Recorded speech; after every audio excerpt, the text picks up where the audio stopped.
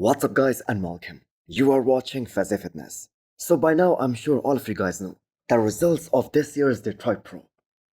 So first of all, let's talk about the men's open bodybuilding. So the conqueror, William Bonac, getting perfect scores, both during the prejudging as well as at the finals, and getting 25k payday. That is so well deserved. I told you guys from the moment William Bonac walked out on that stage, he was the clear-cut winner. And ever since he made his comeback, last year at Emperor Classic Spain, the man has been continuously getting better and improving. From one show to the next one, he just had that unbelievable mass, with that awesome conditioning that he's always known for.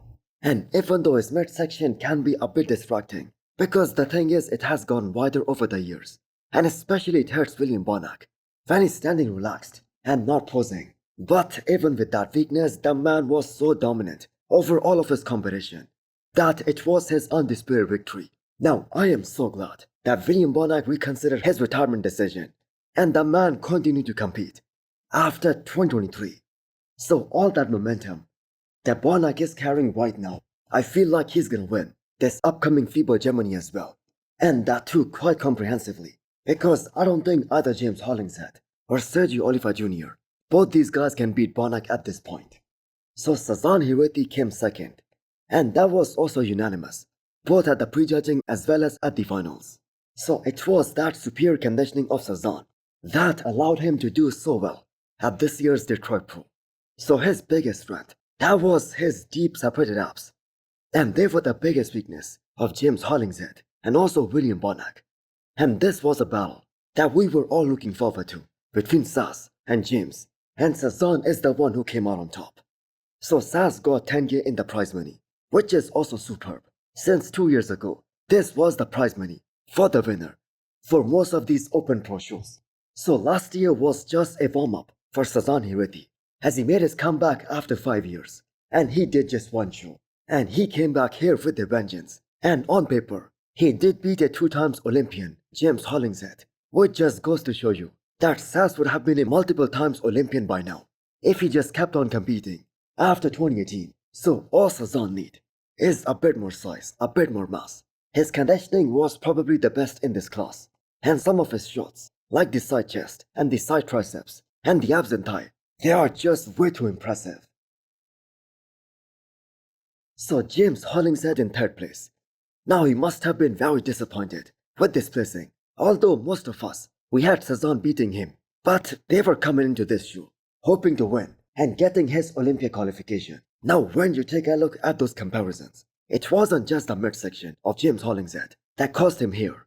One of his biggest weakness is the fact that he doesn't have those round 3D delts, and that affects him majorly in all of the front shots and also in the side shots. But the biggest weakness here, that was undoubtedly his midsection. He had no abs definition whatsoever, especially in that front double biceps and the front lat spread. And right from the start, this was kind of a losing battle against a guy like Sazan Hireti, because that was the real battle here in Detroit between Saz and James. And James just lost so much ground against Saz in those first 3 shots. Still, this package was so much better and much appreciated by all the fans compared to the one he presented at the Arnold a month back.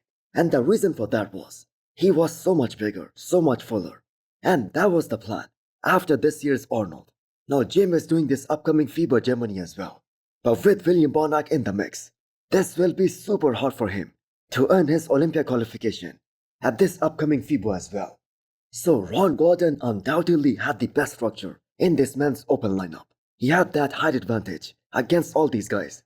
But for some guys, it takes a lifetime to properly fill out that frame.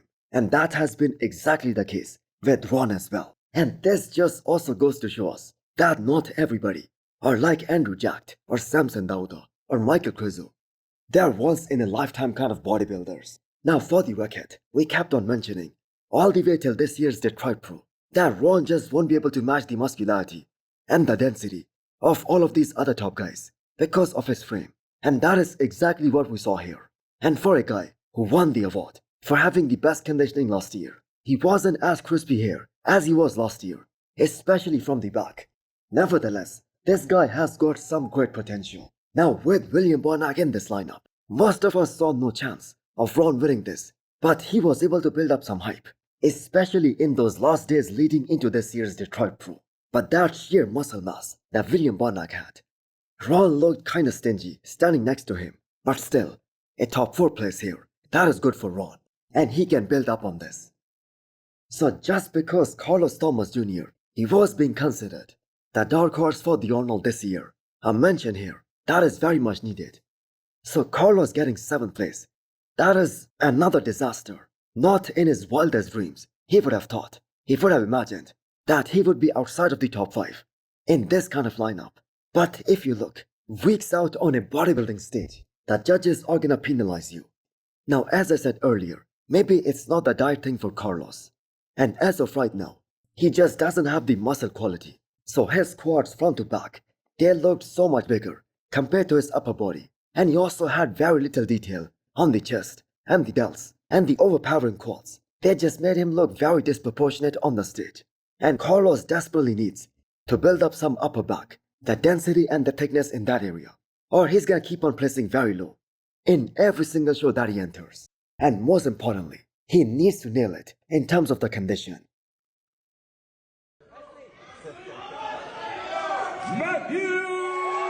Now let's take a look at the results of the Detroit Pro Classic Physique division, since many people do not seem to agree with the decision of the judges here. So McGregor wins the first ever Detroit Pro in Classic Physique, and this battle between him and Wesley Wizards, that is what a true bodybuilding fan they would love to see in every bodybuilding competition, just because this was so damn close.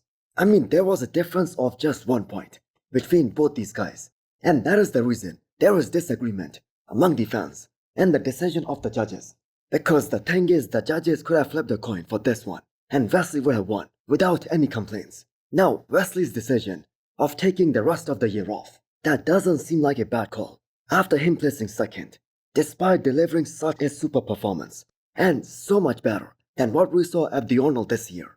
Now, it is evident that the judges picked the more balanced, more complete bodybuilder here, and at this point they just aren't willing to ignore Wesley's upper and lower half, and the discrepancy between them, especially from the back. And I must say, Wesley's quads from the front and from the side, they look way better than his last showing, which was the Arnold. But the fact is, his hamstrings and his glutes, they were just too small for his upper body from the back, and that is literally the biggest strength of McGregor. Now, Wesley must have been very disappointed with this, since everyone, even in the commentary, they had him edging out McGregor after the prejudging. But a huge congratulations to Matt. He just proved a very solid point here, that he's here to stay in those top Classic Physique ranks. In fact, he's gonna be aiming to place much higher at this upcoming Miss Olympia this year. So William Bonac, the men's open winner, and McGregor, the Classic Physique winner, and their comparison, that was such a great idea to demonstrate the massive size difference between these two divisions. Now, as far as I can remember, this too has also never happened before. Ever since Classic Physique was introduced back in 2016, that two champs from two different divisions, they posed down together. So this might be a unique idea for the Olympia as well, where we can have 212, Classic, Men's Open, and Men's Physique posed down together at the end. And that can be such a treat. Now, at the end of this video, I have to mention Fuad Ubat and all of his team here. Free live stream, great commentary, and most importantly, that super black backdrop, which we have been waiting to see in all of the bodybuilding shows. And so far, only Fuad and his team, they have implemented that. So this was such a great overall show, so well organized, such awesome production.